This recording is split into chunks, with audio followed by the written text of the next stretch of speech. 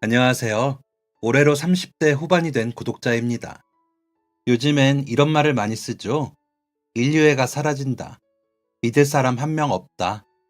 그래서인지 일상에서 벌어지는 가슴 따뜻한 이야기를 찾나 봅니다. 팍팍한 세상을 살아갈 힘을 얻기 위해서요. 저도 그런 사람 중 한 명입니다. 그래서 썰사남에 올라오는 영상을 빠지지 않고 모두 챙겨보고 있죠. 저는 그렇게 생각해요. 사람은 사람이 없이 살 수 없다. 아무리 내가 사는 게 힘들고 지친다고 해도 사람에게 위로받고 사람에게 도움을 받는다면 살아갈 힘을 얻을 수 있다는 의미입니다. 이런 생각은 아주 어렸을 때부터 제 마음 한가운데에 자리 잡고 있었습니다. 그 이유는 저 또한 그런 도움과 온정의 손길로 살아갈 수 있었기 때문이었죠. 물론 제가 살아온 세상이 항상 아름다웠던 건 아닙니다. 누군가를 미워하기도 했고, 누군가에게 미움받기도 했고, 어렸을 때부터 먹고 자는 것을 걱정하기도 했죠. 오늘은 그런 아픔과 어두움을 어떻게 견뎌냈는지, 그렇게 자란 제가 어떤 선택을 했고, 그 선택이 저에게 어떤 결과로 돌아왔는지를 이야기하고자 합니다. 제 첫 번째 기억은 키키한 방 안에 누워 식은땀을 흘리는 어머니의 땀을 연신 닦아주는 아버지의 모습이었습니다.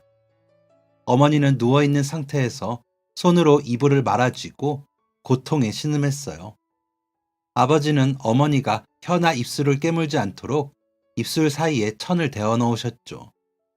병이라는 건 가족의 삶을 송두리째 흔들어 놓을 수 있다는 걸 저는 아주 어렸을 때부터 알고 있었습니다.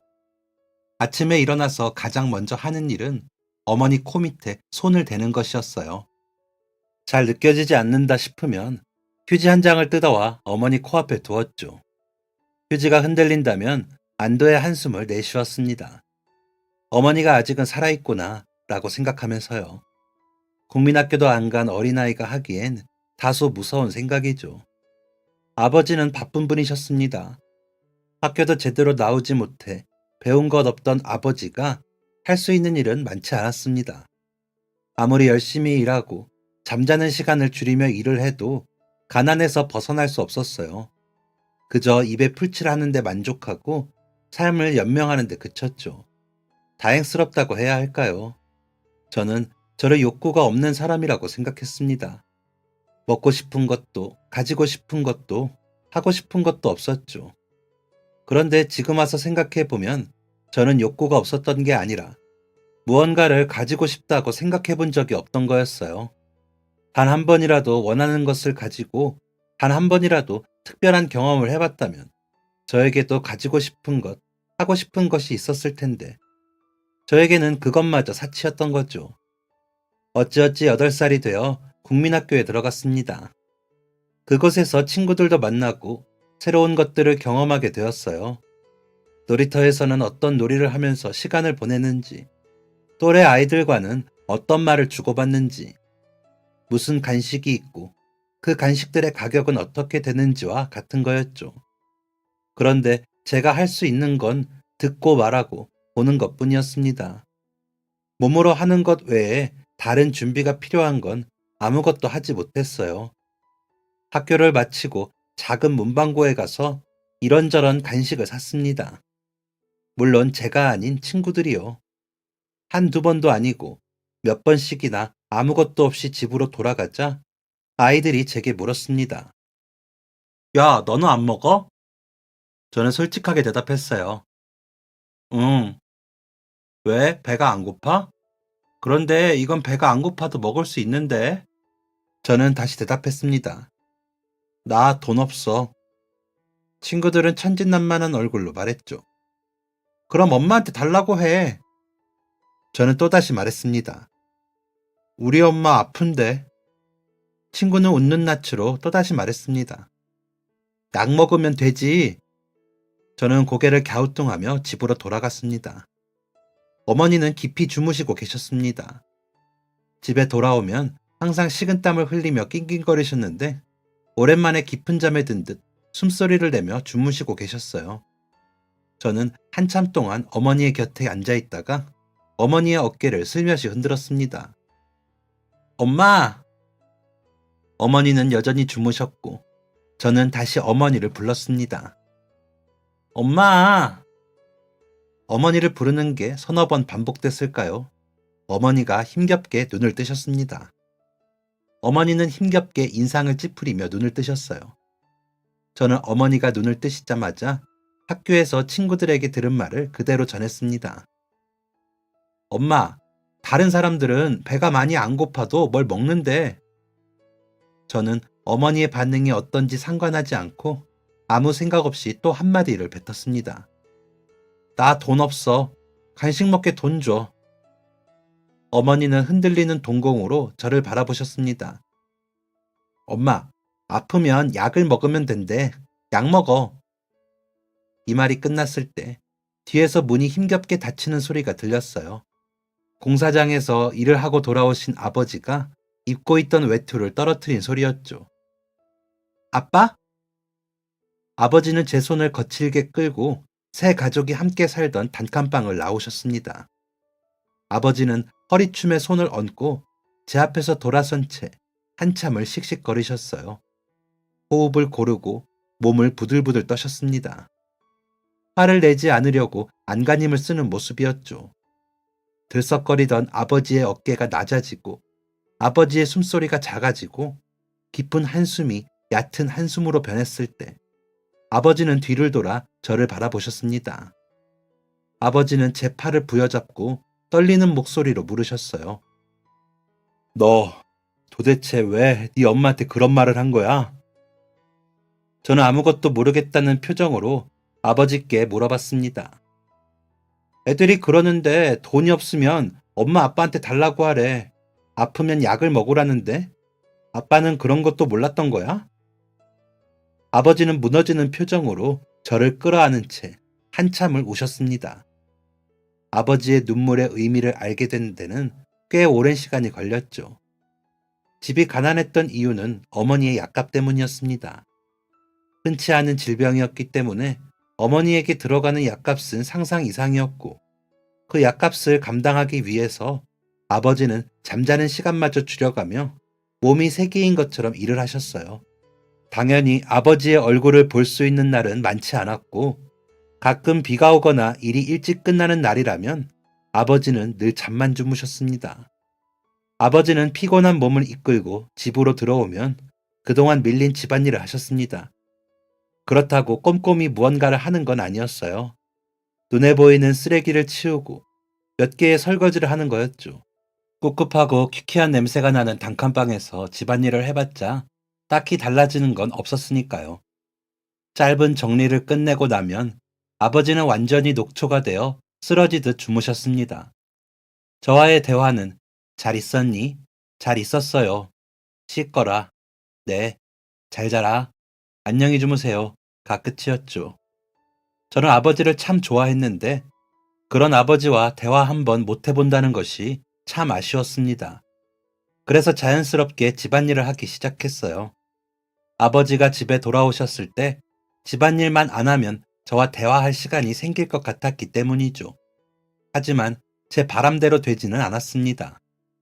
아버지는 집을 깨끗이 하고 아버지를 기다리고 있는 제게 수고했다 한마디만 남긴 채 곧바로 잠에 드셨습니다. 그게 참 속상했어요. 많이 외로웠어요. 세상에 혼자 남겨진 것 같다는 마음은 청소년기의 방황으로 이어졌습니다. 청소년기에 접어들자 저와 친구들의 차이를 확실히 느끼게 되었어요. 다른 아이들이 당연하게 받아들이고, 당연하게 얻고, 당연하게 누리는 것들을 저는 누릴 수 없었기 때문이었죠. 중학교 1학년, 저는 심한 왕따를 당했습니다. 그 나이대라면 한 번쯤 겪는 힘겨루기에서 시작된 왕따였어요. 저는 또래에 비해 키는 크지만 몸은 말랐었습니다. 키도 크고 덩치도 컸다면 다른 아이들이 쉽게 건들지 못했을 텐데 키는 큰데 몸은 말랐으니 허우대만 멀쩡한 놈이라 생각한 아이들이 시비를 걸기 시작했습니다. 머리를 툭툭 치거나 종이를 구겨서 던지거나 체육복에 오물을 묻히는 등의 유치한 장난이었죠. 끝까지 참지 못한 저는 결국 주동자의 멱살을 잡았고 그 아이는 옳다쿠나 하며 제게 달려들었습니다. 서로 싸운 게 문제가 되면 제가 먼저 멱살을 잡았다고 이야기할 심산이었죠. 싸움은 제게 유리한 방향으로 흘러갔습니다. 그런데 그때 싸우는 소식을 들은 담임 선생님이 달려오셨고, 선생님은 저희 둘을 떼어놓으셨습니다. 정말 많이 혼났습니다. 입학한 지 얼마나 됐다고 싸움질이야? 어? 호통을 치는 선생님 앞에서 그 아이는 억울한 듯 말했습니다. 아니, 저는 친구 사이에 장난 좀 친 건데, 저 자식이 멱살을 잡잖아요. 그 말에 열심히 반박했지만, 선생님의 눈에는 저나 그 아이나 똑같이 보였나 봅니다. 됐고, 부모님 모셔와. 초장부터 잡아놔야지. 아주 안 될 놈들이야. 선생님이 부모님을 모시고 오라고 한 날, 그 아이는 어머니를 모시고 왔고, 저는 보호자 없이 학교로 왔습니다. 어머니는 여전히 병상에 누워 계시고, 아버지는 여전히 바쁘셨으니까요. 부모님을 뒤로 하고 의기양양 서 있는 친구에 비해 저는 너무나 초라했습니다. 부끄러웠고, 저는 여전히 세상에 홀로 있는 듯 외로웠어요. 부모가 없어서 무시당하는 것보다 없으니만 못한 부모 때문에 무시당하는 게 더 불행하다는 생각을 하기도 했습니다. 어차피 오시지도 못할 거라는 생각에 말씀조차 못 드렸던 저는 부모님을 모셔오지 못한 그날부터 모두의 표적이 되었습니다. 저의 가정사가 모두 까발려졌고, 그 사실은 저를 만만한 놈으로 만들었으니까요. 아무리 괴롭혀도 도움받지 못하는 애, 그게 제 모습이었습니다. 전교생에게 만만한 존재가 된 저는 우울한 모습으로 14살을 보냈습니다.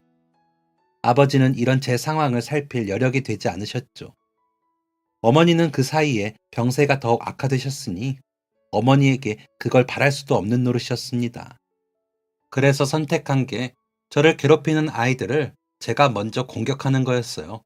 중1 겨울방학 내내 괴롭힘을 받았던 저는 이를 갈았습니다.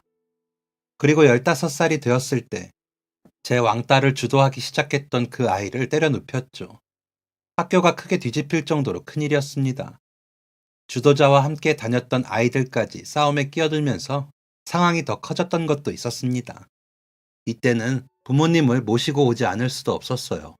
그래서 아버지에게 무겁게 말씀드렸습니다. 아버지는 적잖이 놀라신 듯 했지만 제 생각과 달리 금방 학교에 가겠다고 말씀해 주셨습니다. 이번에도 부모님을 모시고 오지 못한다는 얘기가 알려지면 더 큰 괴롭힘을 당할 거라고 생각했기 때문에 굉장히 초조했었는데, 아버지의 대답을 듣고 나니 마음이 한결 편안해지더라고요. 집안 사정 때문에 괴롭힘 당할 일은 없겠다 라고 마음을 먹었던 것도 잠시, 저는 또 한 번 큰 상실감을 겪어야 했습니다. 학교에 찾아오신 아버지는 전후 사정을 듣자마자 다른 아이들 부모님에게 고개를 숙이고 사과했습니다. 제 머리를 누르며 저에게도 사과를 시키셨죠. 다른 부모님들이라면 몰라도 아버지에게만큼은 무슨 일이 있었는지 자세히 말씀드리고 싶었는데, 아버지는 제 얘기를 듣기보다 이 일을 빨리 해결하고 싶은 마음뿐이었습니다. 제가 이런 일로 더 이상 상처받지 않도록 일을 마무리하고 싶은 것도 있었겠지만, 이런 사소한 이야기에 신경 쓸 여유가 없기도 하셨거든요. 그래서 저는 15살이 된 지 얼마 안 됐을 때부터 홀로 서기를 준비했습니다. 그런데 그건 생각처럼 쉽지 않았어요. 저같이 어린 학생을 써주려는 업장이 없었으니까요. 이러하다 보니 학교에 빠지는 날이 부지기수였습니다. 중학교도 나오지 않으면 사회생활하기 어렵다는 이야기를 들었기 때문에 중학교 졸업장은 필요했거든요. 어린 나이에 욕을 먹어가며 일할 곳을 찾고 저를 무시하고 괴롭히는 사람들을 만나다 보니 제 마음속에는 사람에 대한 불신이 찼습니다. 저를 아르바이트생으로 받아주지 않으면 이딴 그지 같은 놈들, 너네 얼마나 가는지 보자 라며 저주를 하거나 불평불만을 했습니다. 밖에서 가지고 온 스트레스와 불만은 당연히 부모님으로 향했습니다. 왜 나를 낳아서 둘이 벌어먹고 사는 것도 힘든데 대체 나를 왜 낳아서 입을 늘렸는지. 그렇게 세상과 가족을 미워하는 마음이 걷잡을 수 없이 커졌을 때 오랫동안 병마와 싸우셨던 어머니가 돌아가셨습니다. 학교도 제대로 가지 않고 부모님과의 대화를 억지로 피하고 하다못해 부모에게 저주를 품었던 어머니를 보내고 나서야 제가 어머니를 얼마나 사랑하는지 깨닫게 되었습니다. 하지만 그게 무슨 소용이 있겠어요. 어머니는 제 곁에서 떠나셨는데요. 어머니가 돌아가셨다는 건 큰 충격이기도 했습니다. 그렇게 오래 투병을 하셨는데 그게 그렇게 충격이 되냐? 언제 돌아가실지 예상을 해본 적은 있냐? 라는 말을 들으니 많이 속상하기도 했죠. 저도 속상한데 아버지는 얼마나 충격이었을까요? 그 긴 시간 동안 홀로 일하며 어머니를 위해 모든 인생을 투자하셨던 아버지는 속으로 내심 이런 생각을 하셨을 수도 있습니다. 언젠간 낫겠지 라는 생각이요. 이 생각은 제 마음속에도 있는 생각이기도 합니다. 저도 은연중에 어머니가 오래 버티셨으니 이번에도 버티시리란 생각을 했던 것 같아요. 그런데 현실은 달랐습니다. 몸이 불편해 제대로 움직이지도 못하셨다 하더라도 단 한 번만이라도 내 학교 생활에 직접적인 관련이 없었더라도 어머니는 어머니였습니다. 어떻게 장례가 진행됐는지도 잘 모르겠습니다. 장례식에 찾아온 분들은 많지 않았고 그분들은 아버지와 저를 볼 때마다 같은 말씀을 하셨습니다. 힘내. 그래도 살 사람은 살아야지 어떡하겠어. 하지만 그 말은 별다른 위로가 되지 않았습니다. 아버지는 큰 상실감에 빠져서 모든 일을 손에서 놓으셨고 집에서 아무것도 하지 않은 채 멍하니 앉아 계셨어요. 저도 마찬가지였죠. 예전에는 중학교 졸업장만이라도 따겠다는 생각으로 어찌어찌 학교를 나가긴 했는데 이제는 그마저도 없었습니다. 저를 찾는 사람도 딱히 없었으니 제 일탈은 점점 선을 벗어나기 시작했어요. 어린 나이에 해서는 안 되는 나쁜 것들에 손을 대기도 했죠. 저를 붙잡아주는 어른이 없어서 세상 무서운 줄 모르고 날뛰었습니다. 그러던 중 저는 제 인생을 뒤바꿔 놓은 참 어른을 만나게 되었어요. 학교고 뭐고 다 때려치우고 제 멋대로 살던 저는 그날도 술에 취해 비틀거리며 거리를 방황하고 있었어요. 발 닿는 대로 걷다 보니 시장 한 구석에서 불빛이 보였습니다. 제가 살던 집이 시장 근처에 있는 오래된 빌라였거든요. 시장 속에서 비치는 빛을 본 저는 빛을 향해 달려가는 하루살이처럼 그곳에 다다르니 바쁘게 물건을 옮기고 있는 한 아주머니가 보였어요. 텅 빈 가게에 물건을 옮기는 것을 보아 새로 이곳에 온 분인 것 같았죠. 가만히 서서 비틀거리며 가게 앞을 막아서자 아주머니는 "너 술 마셨니?" 라고 물으시며 제 안부를 걱정하셨습니다. 지금까지 만났던 어른들과는 다른 반응이었어요. "무슨 일 있어?" 다른 어른들은 "너가 그렇게 살면 죽은 네 엄마는 어떻게 하니? 네 아빠가 불쌍하지도 않아? 너라도 아빠를 챙겨야지 라고만 말씀하셨거든요. 따뜻한 위로도 온정이 담긴 보살핌도 받아본 적 없던 저는 슬금슬금 뒷걸음질 치며 그 자리를 빠져나갔습니다. 며칠 뒤 다시 그곳으로 향했어요. 그때는 가게 오픈 준비를 위해 늦게까지 남아 있었던 것인지 가게의 불은 꺼져 있었습니다. 돌아서서 나오는데 괜한 섭섭함이 피어올랐습니다. 무엇을 기대했던 걸까요? 저는 처음 겪어본 따뜻한 위로를 다시 한번 받아보고 싶었던 것이었습니다. 작은 소망마저 물거품이 되자 제 안에 있는 외로움과 분노를 단 한 번도 남에게 일방적으로 쏟아낸 적 없었던 저는, 하다못해 아버지에게조차 온전히 마음을 열지 못했던 저는 세상과 나, 부모님을 향한 불만을 표출하기 시작했습니다. 말도 제대로 섞어본 적 없는 아주머니의 가게 문이 닫힌 게 불씨가 된 거죠. 잘못된 방향으로 표출된 분노는 갈피를 잡지 못한 채 사방으로 흩뿌려졌습니다. 저는 아주머니의 가게의 문을 부수고 그 주변 상가 밖에 정리된 잡기들을 모두 던지고 밟아 부셨습니다. 정신을 차려보니 제 주변은 엉망이 되어 있었고 저는 두려움에 떨며 집으로 돌아갔습니다. 아버지는 평소와 다름없이 먹지도 않을 저녁을 차려놓은 뒤 잠에 드신 상태였죠. 뜬 눈으로 밤을 새우고 아침이 되었을 때 집 문을 두드리는 소리가 났습니다. 살이 10kg가 넘게 빠진 아버지는 비척거리며 문을 열었어요. 간혹 시장에서 만나던 어른들은 손가락질을 하며 아버지에게 소리를 질렀습니다. 애가 얼마나 힘들면 그랬을까 싶어서 술 처먹고 돌아다니는 것도 봐줬어. 그런데 은혜도 모르고 시장 바닥을 엉망으로 만들어놔? 아버지는 어른들의 말씀을 이해하기 위해 그곳으로 향했습니다. 집에 있던 저는 어른들에게 목덜미를 잡혀 끌려 나왔죠. 현장을 본 아버지는 우리 아들이 했다는 증거 있습니까? 라고 조심스레 물었고, 어른들은 제 이름 석자가 새겨진 달고 해진 손수건을 주셨습니다. 그 손수건은 어머니가 건강하실 적 만들어주신 손수건이라고 했어요. 그걸 늘 몸에 지니고 다녔는데 난리를 치면서 그 손수건이 떨어진 거죠. 저는 아버지가 저를 두고 가실 거라고 생각했습니다. 아버지는 어머니를 위해서만 사는 분이라고 생각하고 있었거든요. 그런데 그 순간 아버지는 90도로 몸을 숙이며 죄송합니다. 아버지가 돼서 애한테 무슨 일이 있는지 신경도 쓰지 않았습니다. 이게 다 제 잘못입니다. 한 번만 선처해 주시면 이제라도 잘 키워보겠습니다. 변상도 하겠습니다. 정말 죄송합니다. 아버지가 몸을 숙인 채 연신 죄송하다고 하자 시장 어른들도 마음이 풀리기 시작했습니다. 뭐 그렇게까지 말하니까 우리가 더 뭐라고 할 수가 없지. 이렇게 말하면 애까지 끌고 나온 우리가 좀 민망하네. 그 소리부터 지른 건 나도 미안해요. 대신 변상은 똑바로 해요.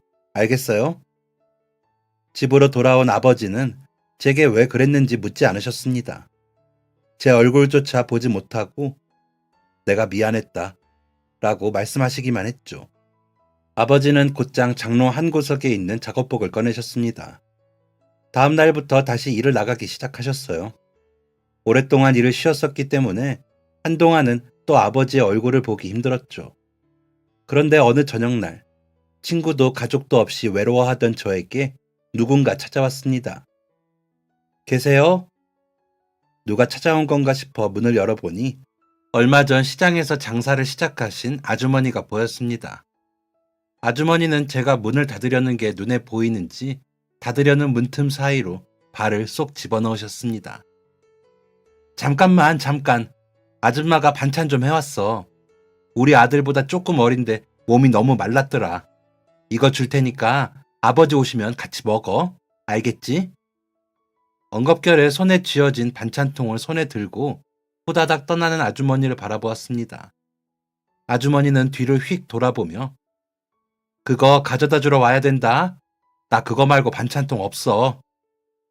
그 후로 아주머니와 가까워졌어요.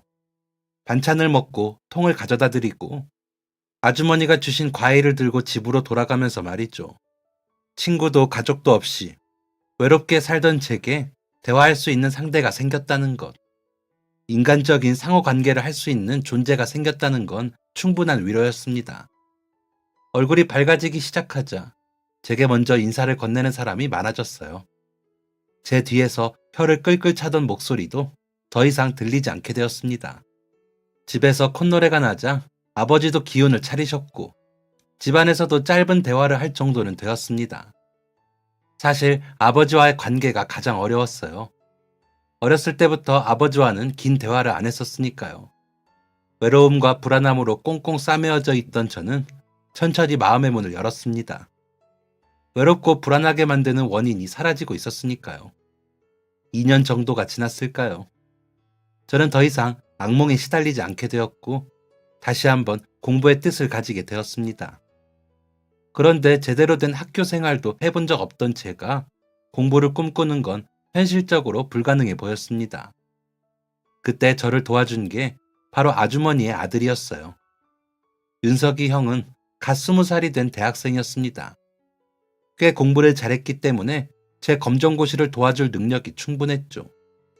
아주머니를 닮아 친절했던 형은 바쁜 와중에도 제 시험 공부를 도와주었습니다. 이런 도움을 받아 중학교 검정고시에 통과하고 몇 년 뒤 고등학교 검정고시까지 통과했어요. 그런데 또 다른 고비가 남아 있었습니다. 바로 대학이었죠. 저는 심리학을 공부하고 싶었습니다. 그런데 아무리 찾아봐도 대학 외에는 심리학을 배울 수가 있는 곳이 없었습니다.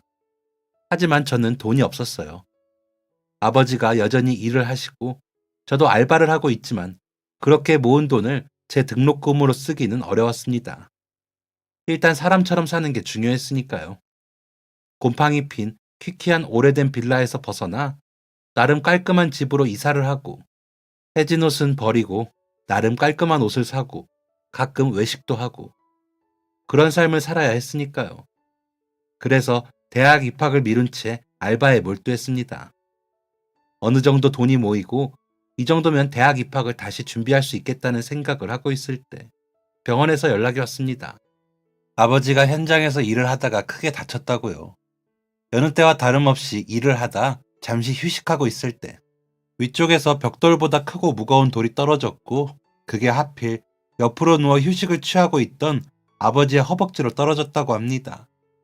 아버지의 비명소리를 들은 사람들이 서둘러 아버지를 병원에 옮겼고 아버지는 골반과 허벅지 뼈가 부러지는 부상을 당하셨습니다. 당장 수술이 필요한 상태였기 때문에 아버지는 곧장 수술실로 들어가셨고 저는 1시간이 하루 같은 마음으로 아버지의 수술이 무사히 끝나기를 기도했습니다.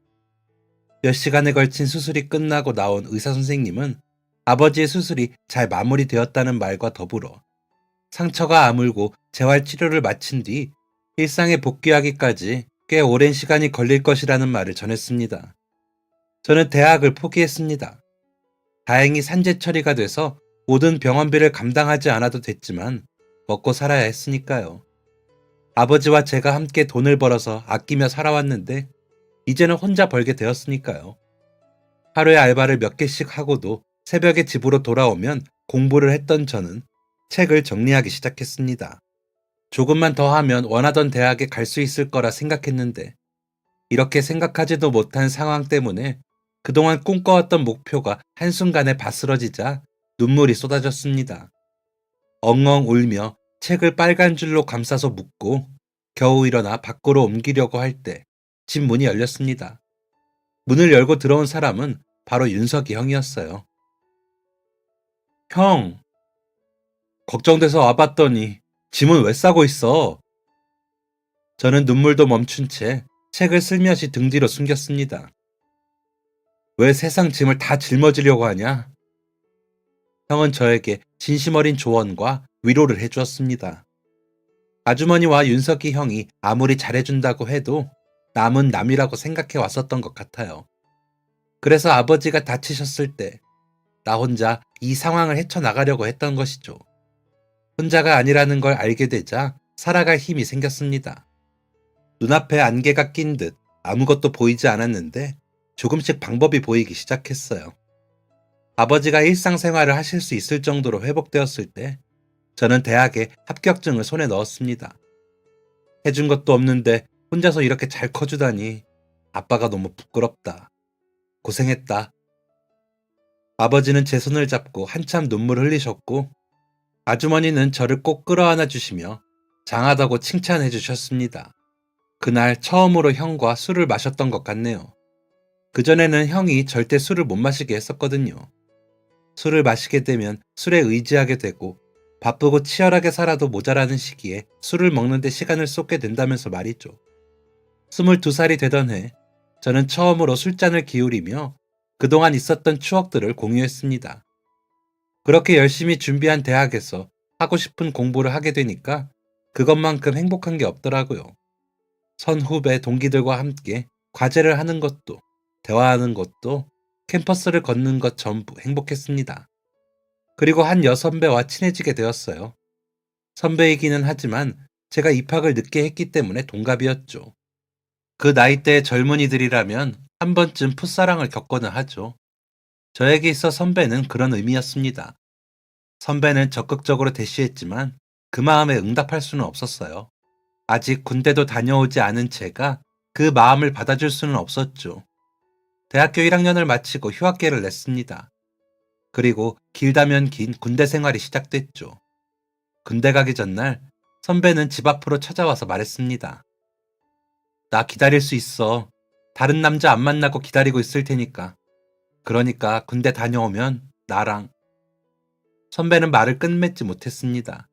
제가 선배의 말을 잘랐기 때문이죠. 기다리지 마. 나랑 무슨 사이도 아닌데 날 왜 기다려? 다른 사람 있으면 그 사람이랑 만나. 군대 다녀왔는데 내가 선배 마음에 안 들 수도 있는 거고. 선배는 체념한 표정으로 알겠어. 군대 잘 다녀와. 라고 말하며 돌아섰습니다. 군 생활은 생각보다 적성에 맞았어요. 정해진 시간표에 맞춰서 정해진 일을 하는 게 저와 퍽 잘 어울렸죠. 군대에 말뚝박으란 얘기도 많이 들었을 정도로 군대에 아주 잘 적응했습니다. 그럴 수 있었던 이유는 주변에 좋은 사람들이 많았기 때문이었어요. 지독히도 외롭고 우울한 시기를 보낸 적도 있지만 저는 결국 누군가의 애정과 위로를 통해 그 어려움들을 극복해 왔습니다. 그 예가 아주머니와 윤석이 형이었죠.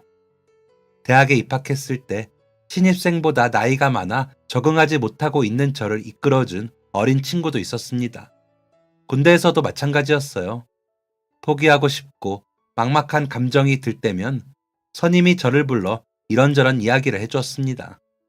인생 상담, 고민 상담, 조언 같은 게 아니었습니다. 그저 자기가 살면서 있었던 일, 군대에서 경험한 좋은 일과 나쁜 일 등 일상적인 이야기였죠. 그 덕에 군대에 잘 적응할 수 있었던 게 아닌가 싶어요. 그것도 사람 사는 곳이라고 느낄 수 있게 되었으니까요. 그 선임은 제대하는 날 제 어깨를 붙잡고 농담 섞인 말을 전했습니다. 야 임마, 너는 좋은 선임 만나서 꿀빤 줄 알아. 넌 진짜 인복이 있어. 선임은 농담으로 한 말이었겠지만 저는 그 말을 가슴 깊이 새겼습니다.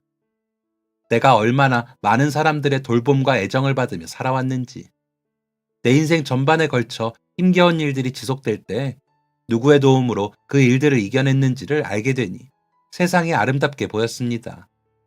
그리고 한 가지 결심을 했어요. 제가 누군가에게 도움을 받으며 살아낸 것처럼 저도 누군가에게 위로와 도움이 돼주기로 말이죠. 그렇게 생각하고 있던 와중에 후임 한 명이 들어왔습니다. 저보다 나이가 2살 많은 후임이었죠. 개인적인 사정으로 군대에 늦게 들어온 박석영이란 후임은 서글서글한 인상과 똑부러지는 말투로 모두의 예쁨을 받았어요. 다른 후임들에겐 악마 같은 선임도 석영이에게만큼은 달랐습니다. 야, 형님이라고 불러. 어차피 사회 나가면 형 동생인데 뭘.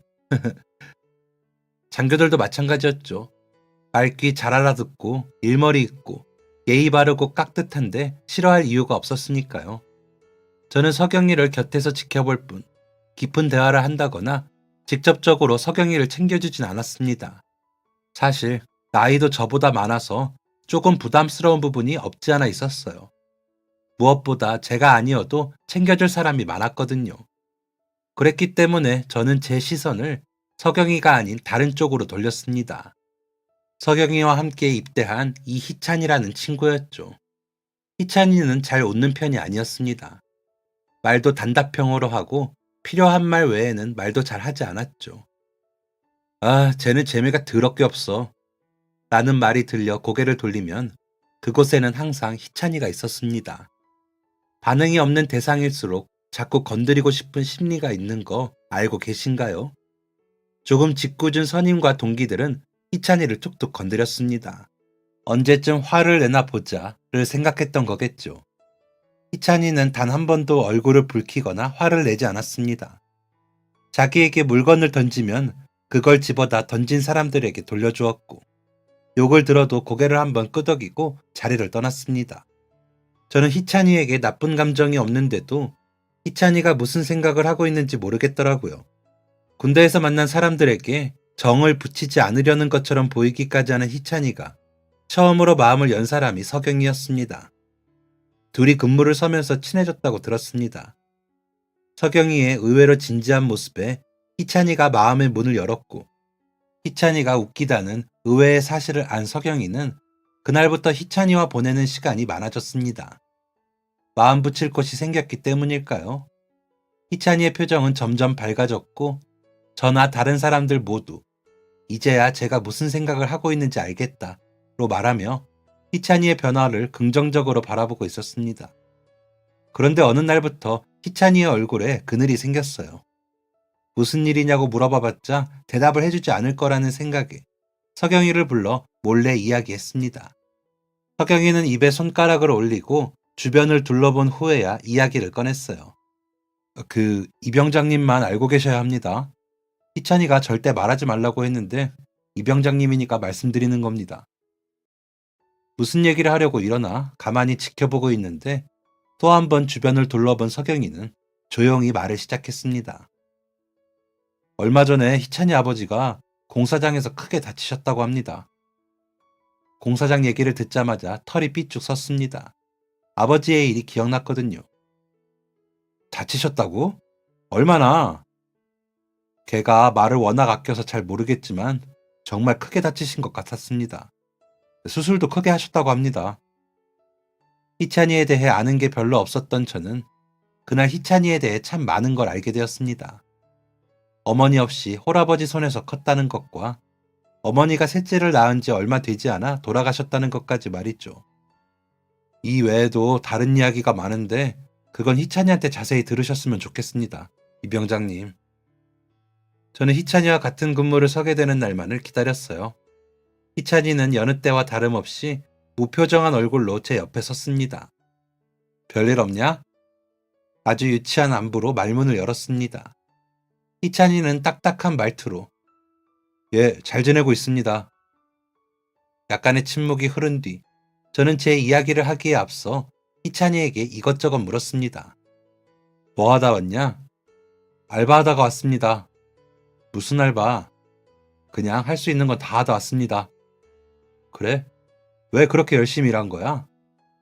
잘 대답하던 희찬이는 이 부분에선 말을 아꼈습니다. 대답하기 곤란하다는 걸 알게 된 저는 제 이야기를 시작했어요. 나도 그렇게 열심히 일하던 때가 있었어. 하루에 알바를 3개나 하고 새벽에 들어와서는 수능 공부를 했지. 찢어지게 가난해서 아버지랑 나랑 둘이 벌어도 살기가 팍팍했는데 알바를 몇 개씩이나 하니까 조금은 숨 쉴 구멍이 생기더라. 희찬이는 약간 놀란 눈으로 저에게 물었습니다. 이 병장님 집이 정말 가난했어. 눈물 날 정도로. 차라리 가족들이 건강하기라도 하면 좋았을 텐데.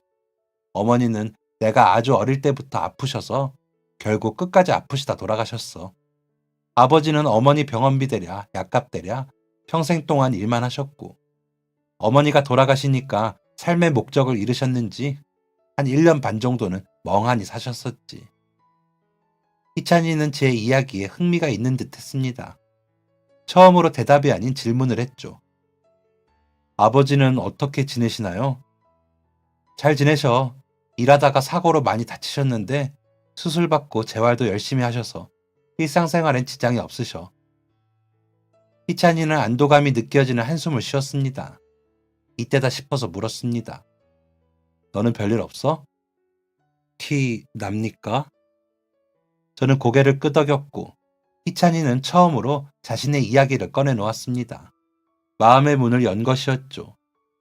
어머니가 일찍 돌아가셨습니다.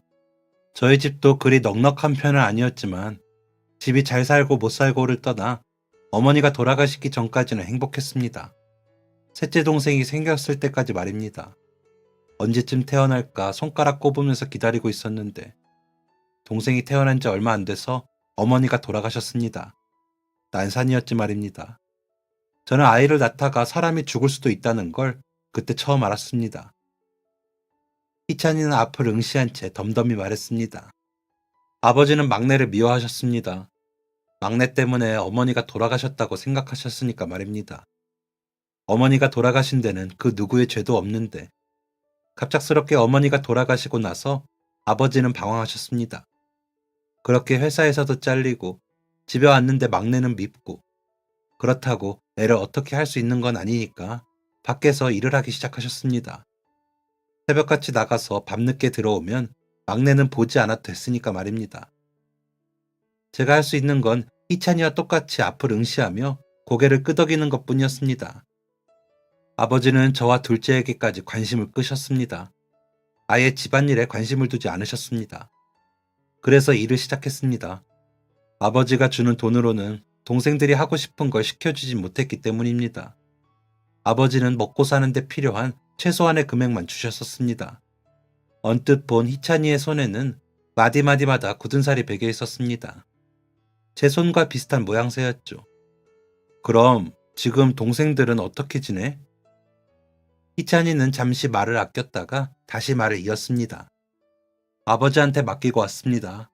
딱 2년만이라도 돌봐달라고. 알겠다고 하셨고 실제로 잘 대해주시는지 동생들도 편지에 잘 지내고 있다고 합니다. 그런데 얼마 전에 사고를 당하셨답니다. 아버지 병원비는 급한 대로 어떻게 해결했는데 아버지가 입원하시는 동안 동생들을 어떻게 해야 할지 모르겠습니다. 급한 대로 고모님 댁에 데려다 놓긴 했는데 그렇게 좋은 분은 아니라 차라리 시설에다 맡길까 생각도 하고 있습니다.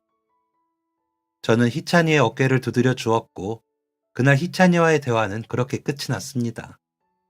그리고 잠에 들 때 한 가지 다짐을 했죠.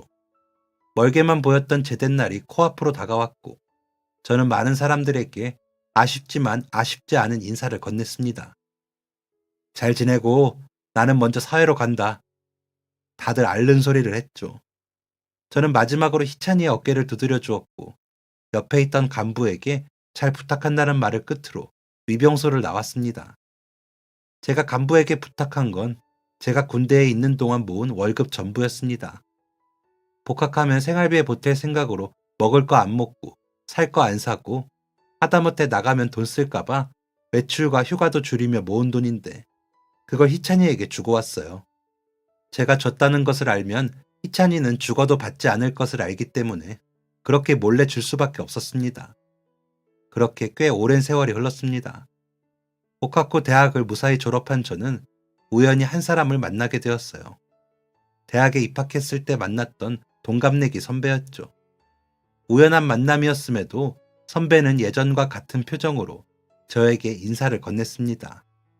선배는 여전히 예뻤어요. 그리고 저를 향한 마음도 그대로였습니다. 평범한 친구로 지낸 지 1년이 지났을 때 제가 회사에 들어가게 되면서 저와 선배는 연인이 되었습니다. 연애를 시작하자마자 선배에서 여자친구가 된 미소는 틈날 때마다 결혼 이야기를 했어요. 하지만 저는 결혼이라는 게 너무나 부담스러웠습니다. 그 이유는 미소의 집안이 너무 잘 사는 집안이었기 때문이었습니다. 저 같은 건 감히 명함도 못 내밀 정도로 부유한 선배의 집안에 인사를 간다면 소금을 맞고 쫓겨날 게 뻔했죠. 하지만 미소는 그런 저를 재촉하며 딱 한 번만 만나 뵙자. 우리 부모님 그런 분들 아니라고 몇 번을 말해도 안 믿을 게 뻔하니까 일단 보자. 응? 더 이상 미소의 말을 거절할 수 없었던 저는 무거운 발걸음을 이끌고 미소의 집으로 향했습니다. 무거운 짐을 양손에 쥐고 현관문을 열고 한참 동안 복도를 걸어 실내화를 갈아 신는 곳이 나왔을 때 아침부터 빠르게 뛰고 있던 심장이 터질 것처럼 미친 듯이 뛰었습니다. 미소는 문을 열고 엄마 아빠 나 왔어 라고 외쳤고 안에서는 어머님이 잠시만 기다려 라고 말하는 소리가 들렸습니다. 가장 먼저 나온 사람은 미소의 오빠였어요. 맞냐? 오빠의 목소리가 들리자마자 온몸이 경직돼서 얼굴도 쳐다보지 못한 채 몸을 숙여 인사했습니다. 안녕하십니까? 미소 남자친구 이영석입니다. 아이고 저한테 이렇게 깍듯하지 않으셔도 돼요. 저는 미소 오빠 박서경입니다. 미소 오빠의 이름을 듣는 순간 무언가 머리를 빠르게 스치고 지나갔습니다. 박서경? 하며 고개를 드는 순간 저와 미소의 오빠는 뒤로 넘어갈 듯이 깜짝 놀라고 말았어요. 서경이? 이병장님! 제 여자친구 박미소의 오빠는 군대에서 만났던 제 후임 박서경이었어요. 개인 사정으로 늦게 입대했다던 박서경이 오랫동안 외국에서 유학했다던 미소의 오빠였을 줄이야. 박서경, 미소의 오빠는 저를 진심으로 반겨주었습니다. 세상이 이렇게 좁다고요? 아니, 우리 미소가 이렇게 좋아하는 남자는 어떤 사람일까 기대했는데 이병장님이면 우리 쪽에서 환영이죠. 얼떨떨한 기분으로 미소의 오빠를 보고 있는데 큰 소리에 미소의 부모님이 나오셨습니다. 안녕하십니까? 미소 남자친구 이영석입니다. 미소의 부모님은 밝은 표정으로 제게 인사를 건네셨고 곧장 미소의 오빠에게 물으셨습니다. 무슨 일이길래 이래? 혹시 아는 사람이야? 미소의 오빠는 매우 들뜬 목소리로 허허 웃으며 부모님께 말씀드렸습니다. 내가 군대에서 만났다던 선임 있잖아요. 제대할 때 어려운 친구 도와줬다던 그 선임. 두 분은 생각하는 시간도 없이 바로 손뼉을 딱 치며 대답하셨습니다. 그래, 그래. 후임 사정이 어렵다는 거 듣고 그동안 모아두었던 월급 다 주고 제대한 사람? 비서의 오빠이자 제 후임이었던 박석영은 제 팔을 잡고 붕붕 뜨며 말했습니다. 그래, 그 사람이요. 그 사람이 여기 있다고요. 부모님은 입을 틀어막으며 놀라셨고 미소는 무슨 말을 하는지 모르겠다는 표정이었습니다. 붕 떠있는 석영을 겨우 진정시키고 거실에 둘러 앉았습니다. 이런 분위기에서 식사는 못할 것 같았거든요. 저는 누구에게도 이 사실을 알린 적이 없는데 대체 누가 이 사실을 알린 건가 했더니 제가 부탁했다던 간부가 명석이도 참 대단해 라고 말실수를 했다고 합니다. 그 말을 들은 희찬이가 추궁한 끝에 제가 월급을 주고 떠났다는 사실을 알게 된 거고요. 그 이야기는 여전히 회자되는 이야기라고 하면서 그동안 아무리 찾아도 찾아볼 수 없었다는데 대체 이렇게 만나게 된 게 무슨 우연이냐고 말했습니다. 미소의 아버지는 점잖은 목소리로 물으셨습니다. 그래서 자네는 우리 미소랑 결혼하고 싶은 생각이 있는 거지? 저는 쭈뼛거리며 대답하려고 했습니다. 그런데 그때 석영이가 외쳤습니다. 묻기는 뭘 물어봐요, 아버지. 이건 우리 쪽에서 환영이지. 어떻게든 뜯어먹으려는 놈팡이들은 필요 없어요. 사람이 좋아야지. 미소의 부모님은 두 분 다 그 말에 동의하는 듯 고개를 끄덕이셨습니다. 그렇지, 너 말이 맞다. 내가 물어본 건 결혼하고 싶다는 게 미소만의 생각인지 물어본 거다. 우리 석영이한테는 말 많이 들었네. 우리 미소가 자네 같은 사람이랑 만난다면 참 좋겠다는 생각을 했는데 말이 씨가 됐구먼. 최악의 상황만 생각하고 있던 저에게 이런 말은 꿈과 같았습니다.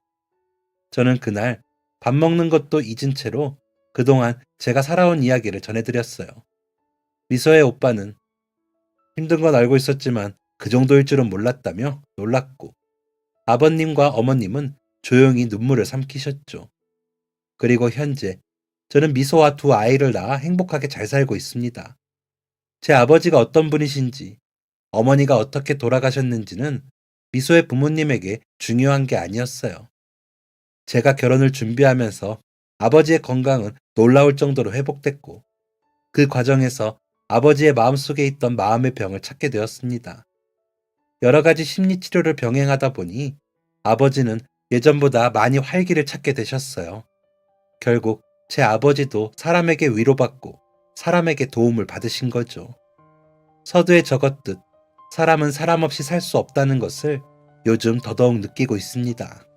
그리고 내가 사람과 함께 살려면 내가 먼저 다른 사람에게 힘이 되는 사람이 되어줘야 한다는 것도 깨닫게 됩니다. 이 사연을 들으시는 분들 중 상처받고 힘든 시간을 보내는 분들이 있으시다면 이렇게 말씀드리고 싶습니다. 당신은 누군가의 힘이었고 당신도 누군가의 힘이 될 수 있다고 말이죠. 긴 사연 읽어주셔서 감사합니다. 모두 행복하고 건강하세요. 지금까지 사연 들어주셔서 감사합니다. 사연이 재밌으셨다면 구독과 좋아요를 눌러주세요. 감사합니다. 안녕히 계세요.